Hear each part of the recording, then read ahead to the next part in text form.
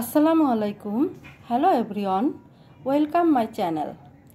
আজকে আমি দেখাবো কিভাবে মূলা সরিষা রান্না করতে হয়। চলুন চলে যাই তাহলে।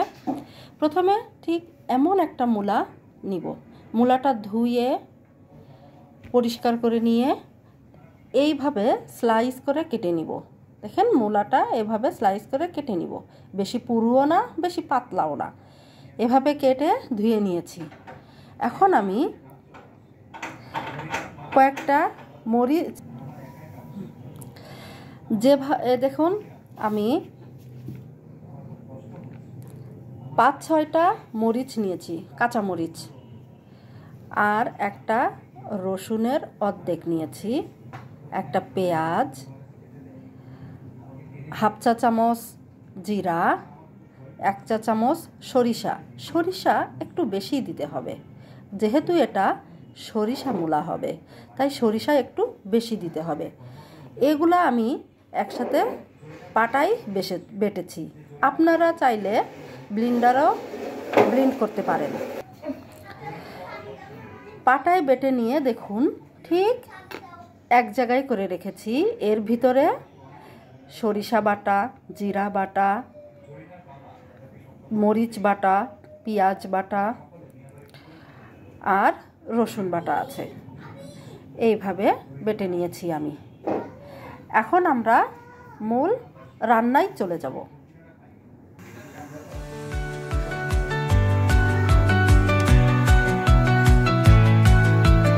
এখন আমি একটু তেল নিয়ে নিলাম।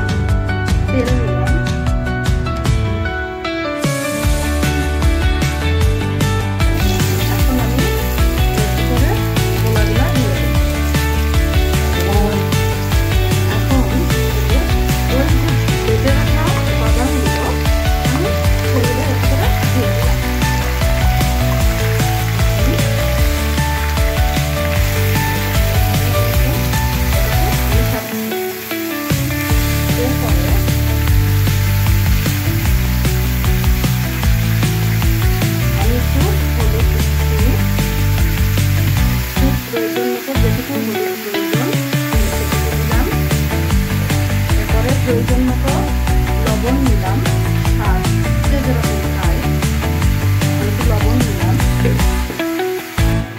এভাবে এখন মিক্স করে নিলাম, একটু নেড়ে চেড়ে নেব। চুলার জালটা মিডিয়াম জালই থাকবে, মিডিয়াম আঁচে থাকবে। আমি এইভাবে নেড়ে চেড়ে নিলাম, ভালো করে মাখিয়ে নিলাম। এখন আমি ঠিক এটা সেদ্ধ হওয়ার মতো পানি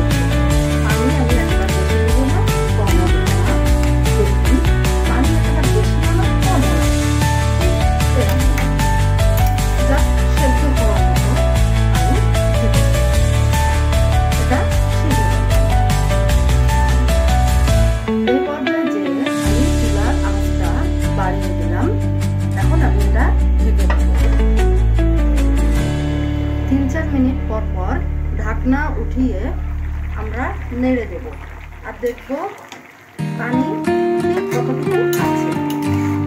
এটা রাখতে হবে একদম মাখো মাখো ঝোল, একেবারে শুকাই ফেলবো না, আবার ঝোলও রাখবো না, একদম মাখো মাখো অবস্থায় নামাতে হবে।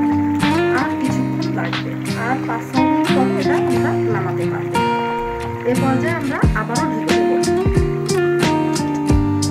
দেখুন আমার ঝোল শুকাই গেছে। এই পর্যায়ে আমি ঝোল শুকাই গেল, দেখুন একটু আছে, এটা কিন্তু দেখুন একদম পুরো সরিষা দেখা যাচ্ছে, দেখছেন? সরিষা মূলা, এটা খুবই সুস্বাদু খাইতে আর খুব টেস্ট।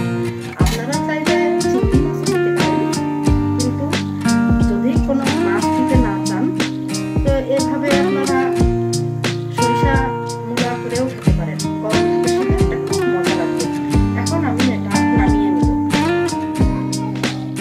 রেডি হয়ে গেল আমাদের সরিষা মূলা।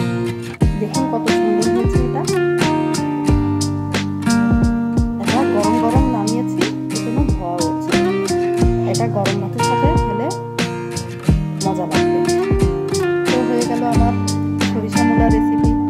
ভালো লাগলে অবশ্যই সাবস্ক্রাইব করবেন, লাইক কমেন্ট দিবেন। আল্লাহ হাফেজ।